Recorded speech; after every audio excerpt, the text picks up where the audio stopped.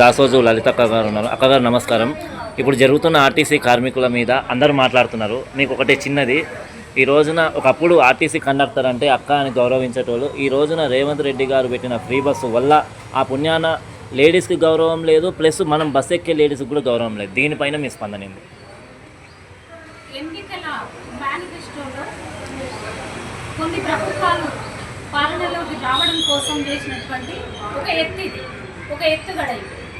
అయితే ఉచితాలే అనవసరం, అసలు ఉచిత పథకాలు పెట్టి పాలనా రంగంలోకి వచ్చేస్తారు.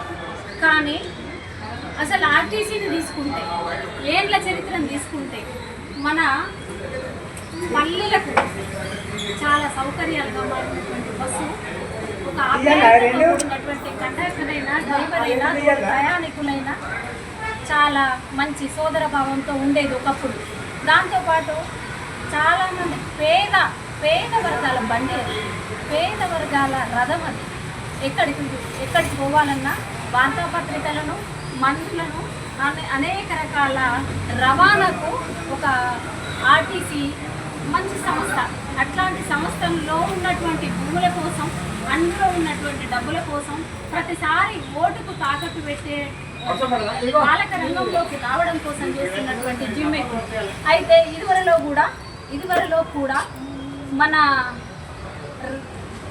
కల్పన శ్రీనివాస్ రెడ్డి కూడా చచ్చిపోయారు. అప్పుడు ఒక మహిళ చచ్చిపోయినప్పుడు చాలా బాధాకరం. ఆమె ఊరేసుకొని కల్పన గారు చచ్చిపోయారు. అప్పుడు నిసారన్న కూడా ఆర్టీసీ కార్మికుడు ఇదే తెలంగాణ కోసం కాలుకు గజ్జగట్టి గోషి బొంగడేసినటువంటి ఆర్టీసీ మన నిసారన్న గారు కూడా కాలం చేయడం విచారకరం. అట్లాంటి తోటి లక్షలాది మంది ఆర్టీసీ కార్మికులకు ఇవాళ సరైనటువంటి గౌరవం దక్కకపోవడం, వారికి ఉన్నటువంటి హక్కులు దక్కకపోవడం చాలా బాధాకరం.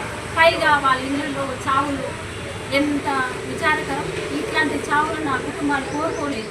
ఏ వ్యవస్థలో లేనటువంటి, ఏ రంగంలో లేనటువంటి ఇబ్బందులు మాత్రం ఈ ఉచిత బస్సు వల్ల, ఈ ఉచిత ప్రయాణాల వల్ల వాళ్లకు, మహిళలకైనా, పురుష డ్రైవర్లకైనా, మగ డ్రైవర్లకైనా చాలా ఇబ్బందికరంగా మారినటువంటి పథకం ఇది. ఇప్పుడు జరుగుతున్న సమ్మె ప్రకారం సమ్మెకు మీరు ఎలాంటి?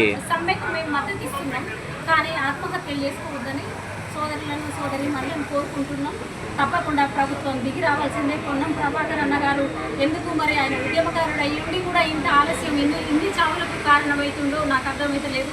సర్కార్ మెడల్ ఉంచి, రేవంత్ రెడ్డి ప్రభుత్వం మెడల్ ఉంచి, అందులో ఉన్నటువంటి 40 మందికి ఎక్కువ రెడ్డి రావుల ఎమ్మెల్యేలు ఉన్నారు. ఆ ప్రభుత్వం మెడల్ వంచి మన బహుజన ప్రజలకు మేలు చేయాల్సినటువంటి పొన్నం ప్రభాకర్ అన్నను మేము హెచ్చరిస్తున్నాం.